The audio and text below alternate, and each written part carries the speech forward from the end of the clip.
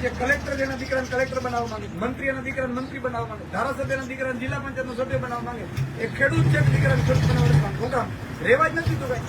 ભાવ ન મળે, વીજ થાંભલા આવે, પાણી ન મળે, એપીએમસીમાં લાઈનો લગાડે, 150 મણ 200 મણની જગ્યાએ 125 મણ કરી નાખે. હવે 40 મણ ટેકાના ભાવે કરી દે, બાકી વેપારીઓ લઈ જાય. અને અહીંયા પછી વેપારીઓ બધા ભાજપના નેતાઓ મિલીભગતથી પાછા એ જે માલ ખરીદ્યું હોય એ મોકલી દે ટેકાના ભાવે.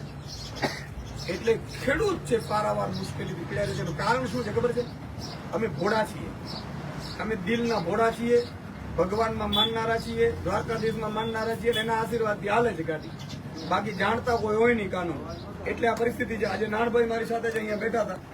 એ મારે ફેસબુક એટલે લાઈવ કરવું પડે. નારભાઈ કે સુદાનભાઈ તમે કઈક બોલો અમારો રોડનું શું રોડનો પ્રશ્ન છે? ભોગાતથી ભાગતા જાય ને હા એ અધૂરો મૂકીને વયા ગયો. હા કેટલા સમય ભરવા ચાલુ હતો એમ અમારી પાસે ચાલુ કેટલા વર્ષ પછી બનવાનું થયું? ચાલો 20 વર્ષ થયા માગણી મૂકીને એવા માંડ આવ્યો તો અમે તો રાજી થયા. અધૂરો મૂકીને વયા ગયા. અને હું કહે છે હવે આવતા જ નથી કોઈ.